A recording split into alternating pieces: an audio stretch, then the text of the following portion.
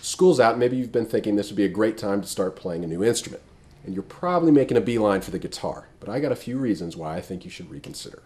First of all, you may be thinking that a guitar is an easy instrument to get started on, and to a point, you'd be right. Well, it's fretted, so you don't have to worry about staying in tune. And even when you do mess up, it doesn't sound that bad in comparison to some other instruments that will probably make your neighbors want to flee in terror. And of course, pretty much everyone thinks the guitar is cool, but therein lies the problem. Because it's not that difficult to learn at the beginning, and because so many people choose to play the guitar, it is very difficult to stand out from the crowd when you're playing guitar. So if you're thinking about starting a career in music, you need to realize guitar is going to be one crowded road. May I present to you the road less traveled? The trombone. Granted, it's probably not the first instrument you think of when you think of the word cool, but the trombone has more than its fair share of tricks up its sleeve. So before you write it off, consider the following.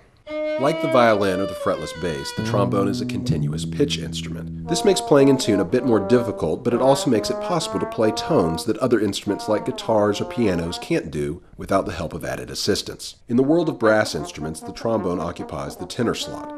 What does that mean exactly? Well, in order to get a full range of sound, ensembles use different players to hit different ranges. In strings, the bass is the bass, cello is the tenor, viola is the alto, and violin is the soprano. In brass, the tuba is the bass, the trombone is the tenor, the French horn is the alto, and the trumpet the soprano. So you can kind of think of the trombone as the cello of the brass world.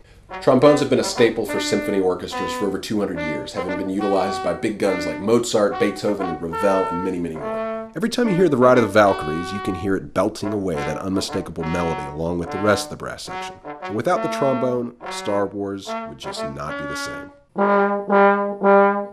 But we'll stop right there for copyright reasons. You get the point, right? And of course, trombone is a staple of symphonic and marching band. But trombone's influence doesn't end there. Trombone has a rich history with jazz and swing traditions with greats like Glenn Miller, Tommy Dorsey, and Jack Teagarden, just to name a few.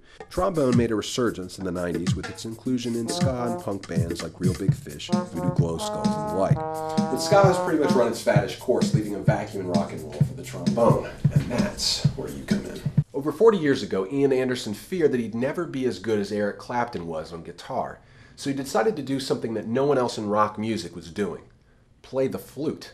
Anderson went on to form the band Jethro Tull, and while I'm personally not the biggest Jethro Tull fan, the fact is Anderson rocks the flute, and he spun a career off doing so. The world is still waiting for an Ian Anderson out there to do the same thing for the trombone that he did with the flute. And maybe it's you. So if you're thinking about starting a musical instrument this summer, consider the trombone. And if you're going to do that, take a second look at school band in the fall. You're going to need a strong foundation to start off, and school band is a great place to get started in music. It's a great place to get started with trombone.